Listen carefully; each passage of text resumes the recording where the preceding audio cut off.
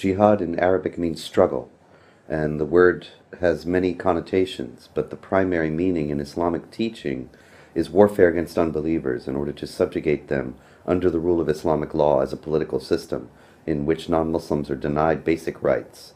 And this jihad must continue until the end of the world. And it is always part of the imperative of the Islamic religion to wage war by various means against non-Muslims in order to accomplish this. The Islamization of Germany is more advanced than of that of the United States. In Germany, as we saw at the demonstration in Stuttgart yesterday, we saw that the forces for Islamization and their leftist allies are far more aggressive and violent than they are as of yet in the United States. But I expect that since the official posture of the German government and the US government are the same about Islamization, and that is to be completely indifferent to it and warmly welcoming of it, that the situation in Germany will be repeated in the United States in the coming years, and it will only get worse in both. I would expect that neither one is very much aware, and probably in Europe there is more awareness of the problem because it is more advanced in Europe in general than there is in the United States. There is no one in the United States, and of course no one in Germany either, like Geert Wilders in the Netherlands. And that's because the problem is much more advanced there. And I expect that such figures will arise in the future as the situation becomes more difficult. But at this point, I wouldn't say there's very much awareness either in Germany or the United States of this problem. I think that Islamization is the greatest threat that Germany faces and that the European countries in general face, because the non-Muslim population is not growing at the same rate as the Muslim population. And so there will eventually be very large minorities or even majorities of Muslims in these countries. And of course the situation in that regard is worse in other European countries than it is in Germany. Nonetheless, there is no indication whatsoever that the Turkish minority or the Muslim minority in general in Germany is going to discard the elements of Islam that are violent and supremacist and political. And so those are only going to become more and more asserted as time goes by, and that will cause more strife in German society.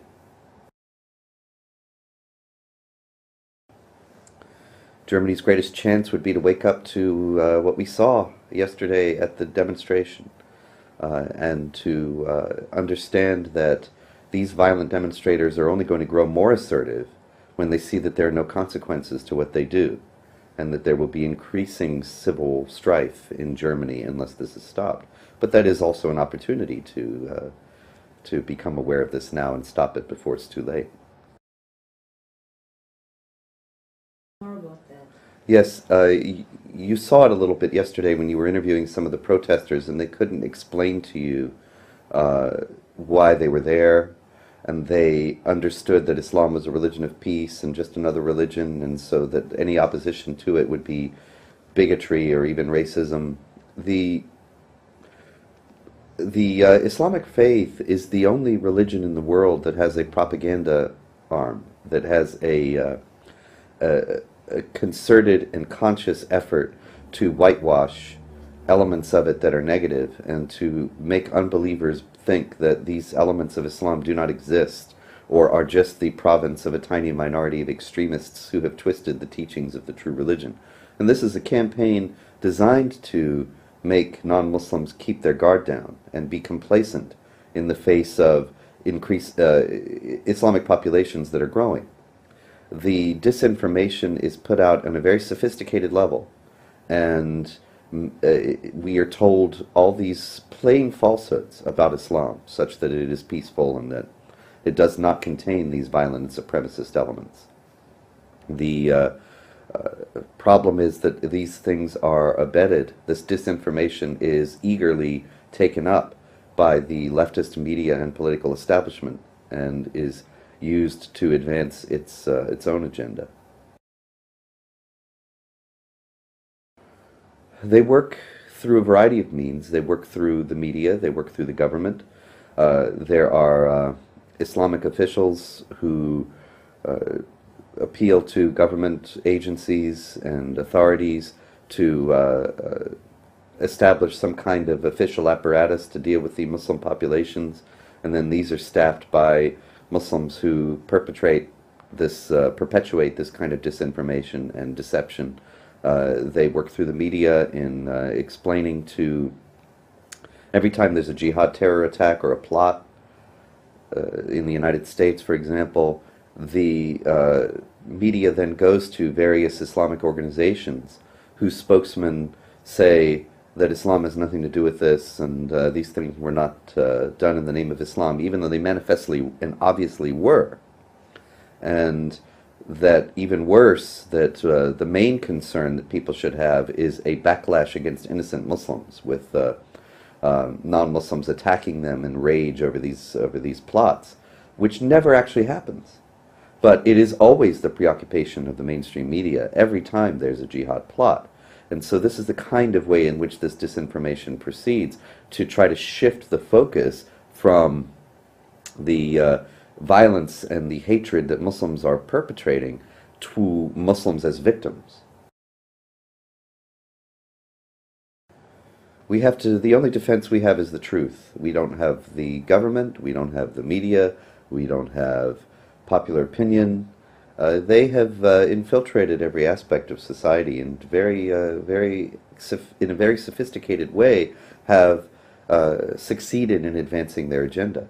But nonetheless, what they're saying is false. And so if we keep saying the truth, more and more people will see that it is indeed the truth. And that's the only thing that I can offer in that regard. You know, we can never give up and just keep going. I think that among Muslims, as among Christians and any other religious group, there are many people who call themselves by the name but don't pay attention to what the religion actually teaches. And then there are many people who do take it very seriously. The question would be, do Muslims who don't know or don't care about the Islamic political and supremacist agenda, are they likely to stand up against the Muslims who are advancing that agenda? And I think that's very unlikely, because they still identify themselves as Muslims. It's certainly a political dictatorship, and it is in a religious garment. I wouldn't go so far as, personally, I wouldn't go so far as to say that it's not a religion. A religion claims to relate man to God, and Islam does make that kind of claim. But certainly the political aspect of Islam, although it is most overlooked in the West, is the primary aspect of Islam. When you look into the Quran and into Muhammad's life, it's clear that what the agenda of the Islamic faith is to advance a political system, and only secondarily a religious one. So in that regard, absolutely, it is an authoritarian and repressive political system, primarily, and a religion second. There are many signs of a marriage between Islam and communism. They both have a totalitarian impulse. They both wish to establish an earthly utopia that is enforced by a reign of terror. The communists envision a society of complete justice and equality that is founded on torturing and killing those who get out of line.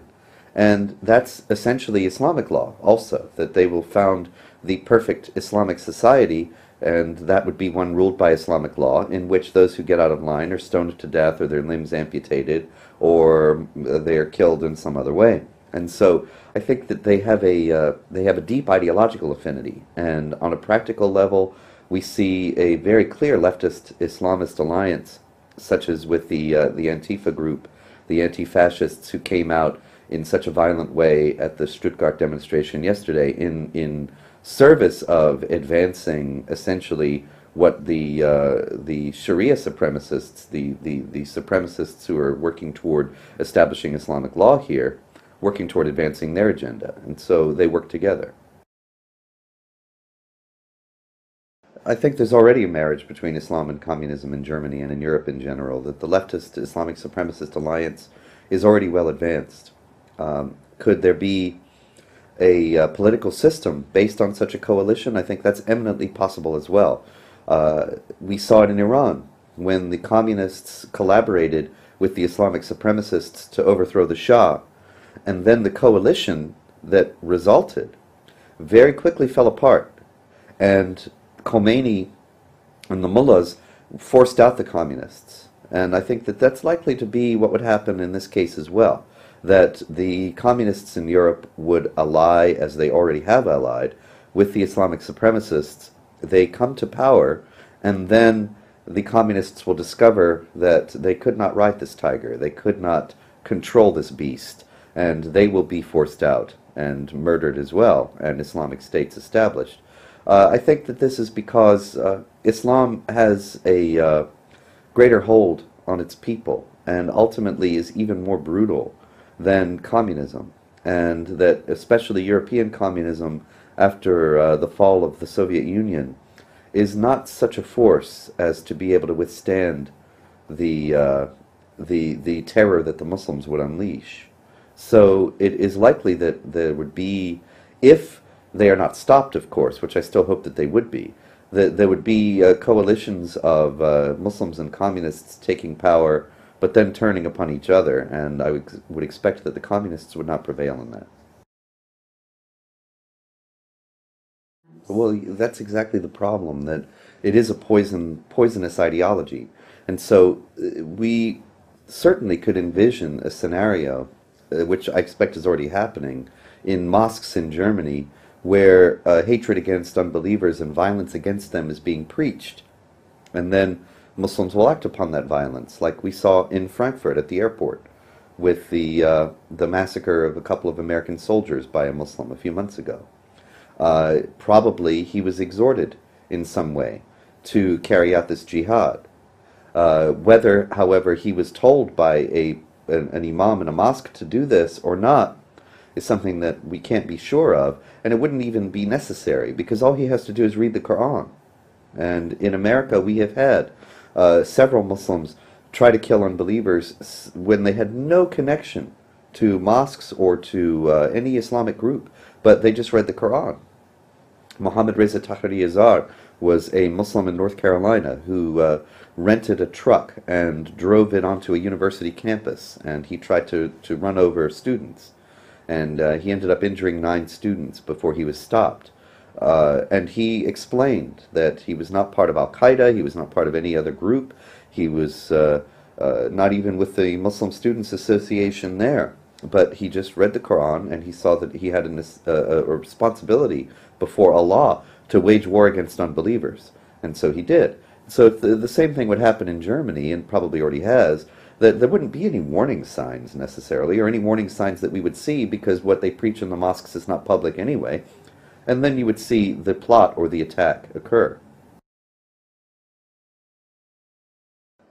The plan is not really something that is some kind of a concerted effort now, although there is, specifically in regard to Israel, certainly genocidal aspirations and intentions. And Hassan Nasrallah, the leader of Hezbollah, has made that very clear when he said he wants the Jews to go to Israel because that would save them the trouble of hunting them down all over the world and killing them internationally. So the idea of a genocide against the Jews is very much alive. I don't know that it's necessarily some sort of a step-by-step plan that is being thought out at this point, although I wouldn't be surprised if it were. But it's an imperative within the religion. There's a very famous hadith, a tradition of Muhammad, in which he says the end times will not come until Muslims kill Jews, and the Jews will hide behind trees, and the trees will call out and say, "Oh Muslim, there's a Jew hiding behind me, come and kill him." And so that is saying that Muslims can actually help to bring on the end times and the consummation of all things by killing Jews. So that's a genocidal imperative. That is something that is always part of Islam and is always something that can occur at any time. As well as far as the rest of people, or the other people in the world go, that is also part of the Islamic faith, that the non-Muslims must either be killed, converted to Islam, or subjugated under the rule of Islamic law. And so while that would not necessarily be a genocidal imperative, it often would be in practice if the non-Muslims were to resist Islamization. The groups and names are really all the Islamic groups that you can name. You know, Hamas, Hezbollah, Islamic Jihad in regard to Israel, but also the Islam is. We are constantly told Islam is not a monolith, but actually the Islamic groups around the world all believe essentially the same things. They read the same Quran, they revere the same Muhammad as the excellent example of conduct, and so it's not really true that Islam is not a monolith. You know, in terms of everything that matters in regard to what unbelievers need to be concerned about, there's a remarkable unanimity of Islamic teaching across various sects and schools. And so really any Islamic group should be questioned. Islamic groups in the West should be asked. If public officials were more aware of this problem, they would be saying, what is your stance toward these imperatives of warfare against unbelievers? Can you renounce them definitively and for all time? And do so in word and in deed as well. And do so in a manner such that we can see that you're actively teaching against these things in your mosques and schools, but nobody is on that case. Well, it's not just in the future, it's happening now. The Christians are being violently persecuted in Egypt, in Nigeria, in Pakistan, in Iraq, in Indonesia. Really, everywhere there are Muslim majorities and Christian minorities, the Christian minorities are being brutalized and victimized. And that is in line with the idea that the Christians in Islamic lands must submit to the Muslim rule and be deprived of basic rights. And if they do not, then they are considered to be infidels at war with Islam and can lawfully be killed. And so these things are flashpoints now in societies like Egypt, because Egypt has been nominally an Arab republic, not an Islamic republic, and doesn't impose all of Islamic law. And so the Muslims now, who are trying to bring about a Sharia state, an Islamic state in Egypt, they consider that the Christians have too many rights and are too assertive in the society, and so they are brutalizing them, hoping to enforce their subjugation. The mastermind behind these acts is Muhammad and his Quran, but on the contemporary scene, the main figure, I would say, is Sheikh Yusuf al-Qaradawi, who is the most revered sheikh in the Islamic world. He is internationally renowned and respected. He has a regular television program on Al Jazeera, which is actually a network that he helped to found, as well as he is the force behind Islam Online, and he is the spiritual leader of the Muslim Brotherhood. He had not been allowed to speak in Egypt during the reign of Nasser, Sadat, and Mubarak, but now he was recently welcomed back to Cairo by a very huge crowd and enthusiastically received. He preaches the necessity to wage jihad warfare against unbelievers and subjugate them. He has justified suicide attacks against Israeli civilians. He is essentially a criminal mastermind. And so he is probably the main one responsible, but really he doesn't believe, here again, he doesn't believe anything different from what the vast majority of Muslim imams around the world believe. He just speaks about it more openly and with a larger platform. No, I don't think women in Islamic nations have any chance to assert their rights. In Islamic law and in the Quran, women are essentially possessions of men and have no rights whatsoever. And so, or few rights that are sharply defined by Islamic law, and they must not transgress those boundaries. So they really don't have much chance or even much interest in asserting their rights, because they're taught from the beginning that this is the natural order of things. They don't have any chance. They would be killed if they did that. Well, Islam is a religion of war and Christianity is a religion of peace. Islam teaches in the Quran, it says Muhammad is the apostle of Allah. Those who follow him are merciful to one another but ruthless to the unbelievers. Whereas Jesus says, love your enemies and pray for those who persecute you. Islam says to take revenge in the fashion in which you were injured, and Christianity says turn the other cheek. And so there are huge differences in the core teachings of Islam and Christianity. People often obscure this point and say, well, Christianity is 600 years older than Islam, and so in 600 years, Islam will be like Christianity is today. Well, in the first place, I don't have 600 years to wait. And in the second place, there is no indication whatsoever that Islam will develop in the same way as Christianity. Certainly, in the past, in the history of the Church, there are times in which violence was perpetrated in the name of Christianity, but this was an aberration that was not justified by the teachings of Christ, whereas the violence committed in the name of Islam is amply justified by the teachings of the Quran and Muhammad.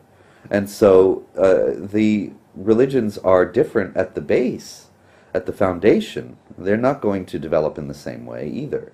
And there's no indication that Islam will become peaceful as Christianity became more peaceful from the time of the Crusades to today.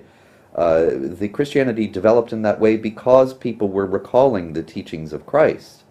But there's nothing like that in Islam to recall. Well, Christians should be educating themselves about the teachings of Islam. They should be resisting efforts to impose Islamic law, resisting the use of Islamic law in German courts, which is already happening, and trying to wake up their fellow citizens to the magnitude of this problem. Christians ought to be at the forefront of this effort because of the teachings of Islam mandating the subjugation of Christians and teaching that anyone who believes that Jesus is the Son of God is under the curse of Allah, and that anyone who believes that Jesus is divine is an unbeliever. They should understand that these things are not just statements of religious competition, but statements of declarations of an intention to destroy Christian societies, destroy post-Christian societies, and to deprive Christians of their basic rights. And to understand that no amount of outreach or negotiation, compromise or concession is going to change that imperative. The reason is that in Islam there is a fatalism that discourages initiative, that people say these things will happen inshallah if God wills, and they essentially accept passively the situation that they are given because it is as Allah wills. Also, there has never been a work ethic in Islam. There's never been an idea that there was anything worthwhile or commendable about doing work on this earth. As a matter of fact, Muhammad mandated, as the Quran mandates, that Muslims must fight against unbelievers, subjugate them, and make them pay this tax, the jizya. And the jizya is the source of the livelihood for the Muslims. The Caliph Umar explained that, one of the first successors of Muhammad, that the tax that the Muslims collected from the unbelievers they had conquered would be the source of the livelihood of the Muslims. Muhammad established that right from the beginning. When he moved to Medina, he didn't tell his followers, now start farming or open up shops. He told them, raid the caravans of the unbelievers. And so the source of the livelihood of the Muslims throughout Islamic history has been the industry of the unbelievers, not of the Muslims. That's why jihad has to continue, so that the prosperity of the Islamic states can be established by the wealth of the unbelievers. And so this is why Islamic societies are so impoverished these days, because they have bled dry their native unbelievers and have not been able successfully to carry out jihads against new groups of unbelievers who would be able to finance their return to prosperity, with the notable exception, of course, of the oil wealth of the Saudis, which functions in the same way, and of the other oil-producing states. But the idea of jihad is essentially and fundamentally economic, in order to foster the growth of the Islamic states, and this is what we see happening in Europe as well. That vast populations of Muslims are coming to Europe ostensibly to work, but so many of them go on the dole because they consider it their due that the unbelievers support them. Act before it's too late. Wake up, realize that you are threatened, and that you have to fight to save what you have, and that fighting to defend your home and your family is not against the teachings of Christ. Self-defense is not against the teachings of Christ, and that this is what is called for these days. That the world is not all kumbaya and let's hold hands and sing songs and everything will be fine. The world is a harsh place, and these people are coming to kill or enslave you.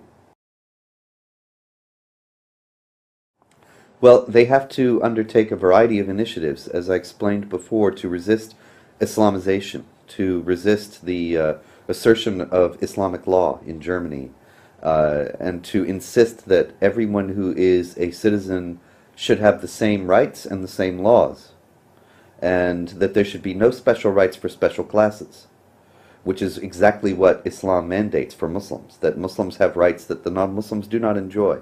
And so they are trying to establish that in Germany and elsewhere. This is what the Christians must resist. It takes a variety of forms. They have to fight against the legal initiatives, the cultural and societal initiatives, the efforts to establish in workplaces and in schools special accommodations for Muslims, halal food, the introduction of special break times at factories for prayers, for the Muslims, that the non-Muslims can't take those breaks, and so on. I see these things happening in America. I expect they're probably happening here also. And this is the kind of thing that is an assertion of the principle that where Islamic law and Western law and practice conflict, it is the Western law and practice that has to give way. That's what Christians should be aware of its implications, aware of where it's leading, and they should be resisting it now.